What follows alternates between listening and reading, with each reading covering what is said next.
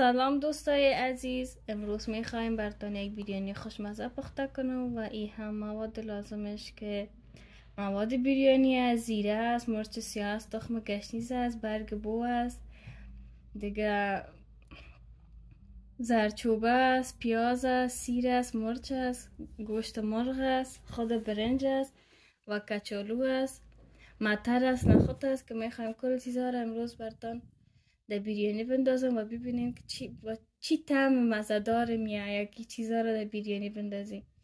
اول پیاز ما را میگیریم، ریزه میکنیم، به خاطر که اول پیاز مندازم که امروز گوشت سرخ کردم خوب پیاز بشاره که در خود برنج ما معلوم نشه، که من خودم خوشم نمیآید. شما را نمیفهمم اما من خوش ندارم که پیاز در برنج معلوم شود.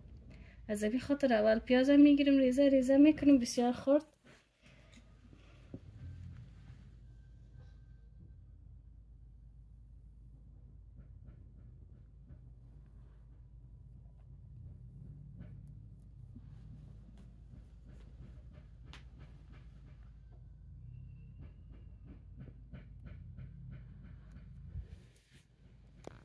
و در یک دانه مرغ که مرغ درست بود میجه توتیش کردیم 2 عدد پیاز مندازم.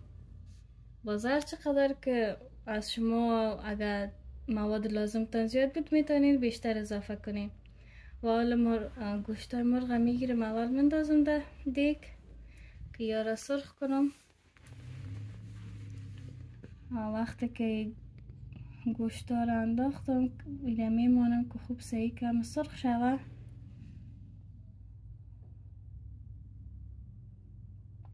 بعد از اون میایم مرچ تازه ما را ریزه میکنیم.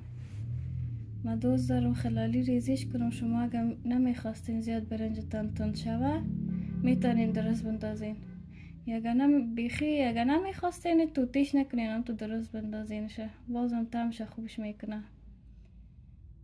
سیرای من دفعه خواستم درست بندازم، خاطر میخواستم درستم تو در برنج معلوم شه و سیرا خاطر من زیاد خوشم میآید. و حالا هم کچالو را گرفتیم، ایرام خرد ریزه میکنیم به مو اندازه گوشت ریزه کردیم، به مو اندازه کچالو را ریزه میکنم و یارم بازم رایم گوشت سرخ میکنم که در بین برنج باز خام نمانه. ایرام سرخ میکنم.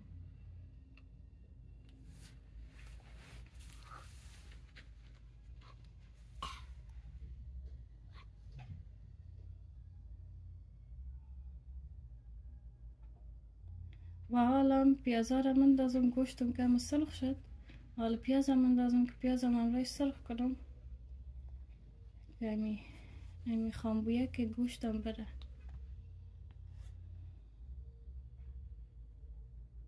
حالا هم شورش میدیم که خوب مخلوط شه و سرخ شوند.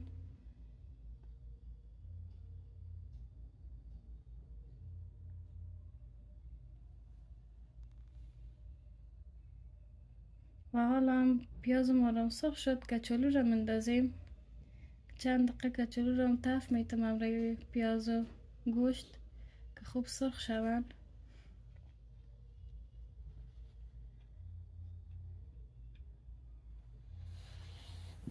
و حالا مرچ ما را اضافه میکنیم امروی سیر. یارم یک چند دقیقه یک سرخ میکنیم امروی زی مواد ما که خوب طعمش در یکی دیگیش خوب بره، مزه دار شوه. و حالا هم تخم گشنیز مندازم، زیره را مندازم، مرچ سیاه به مقدار ضرورت. این هم سیر خشک است که انداختم و این هم زردچوبه است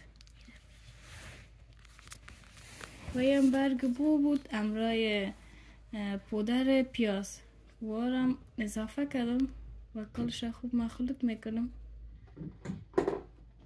و حالا هم برنج در یک دیگه انداختم، بالایش را با من دازم، کم نمک کمک روغنم دیش ما علاوه کرده بودم. شما میتونید بندازین دیش. حالا میمانم که جوش کنه خوب. و حالا نمک هم مندازم در قورمه رب مندازم، کم رب مندازم.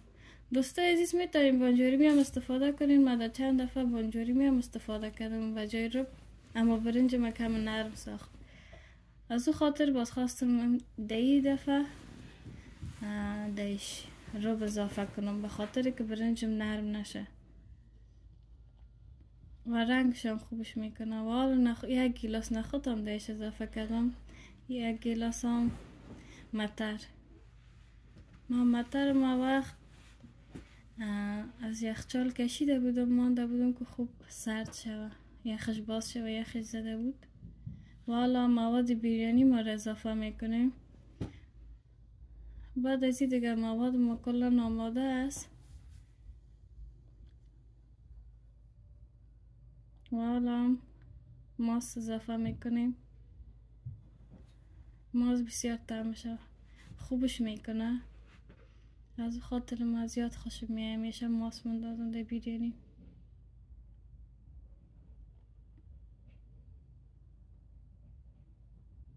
الان خوب مخلوطش میکنیم، کل مواد خوب مخلوط شوه. برنجم هم دیگه کم کم آماده شده.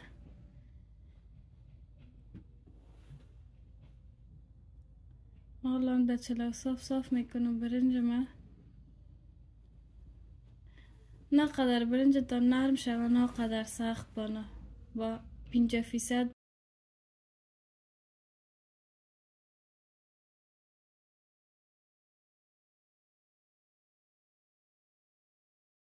باشه خوب است. و حالا در زیر دیگ اول قورمه را مندازم.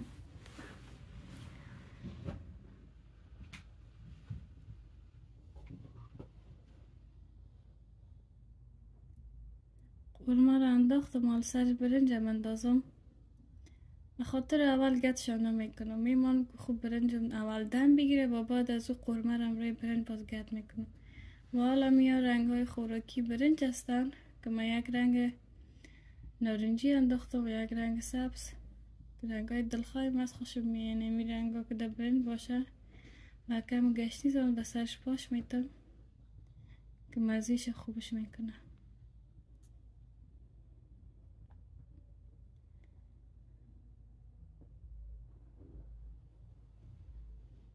براستی دوستای عزیز، من برنج داداش دم میتم، به خاطر که داداش که اگر برنج دم بیتی نظیر برنج میسوزه و بسیار خوبش دمو میگیره.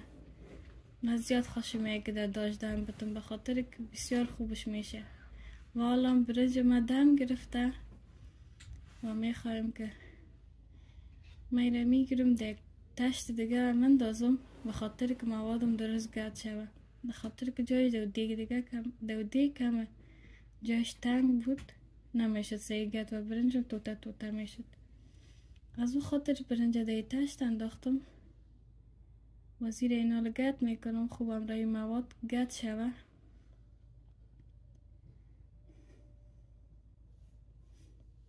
ببینین دوستا که چی برنجی آمده، واقعا عالی است. شما هم یک بار امتحان کنین،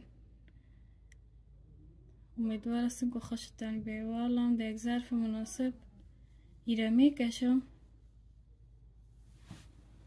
دوستای عزیز تشکر از اینکه ویدیوی مرا دیدین و ازتان سپاسگزار هستم. لطفاً ویدیوهای مرا لایک و کامنت بتین و مرا فالو کنین. و این برنج ما که آخر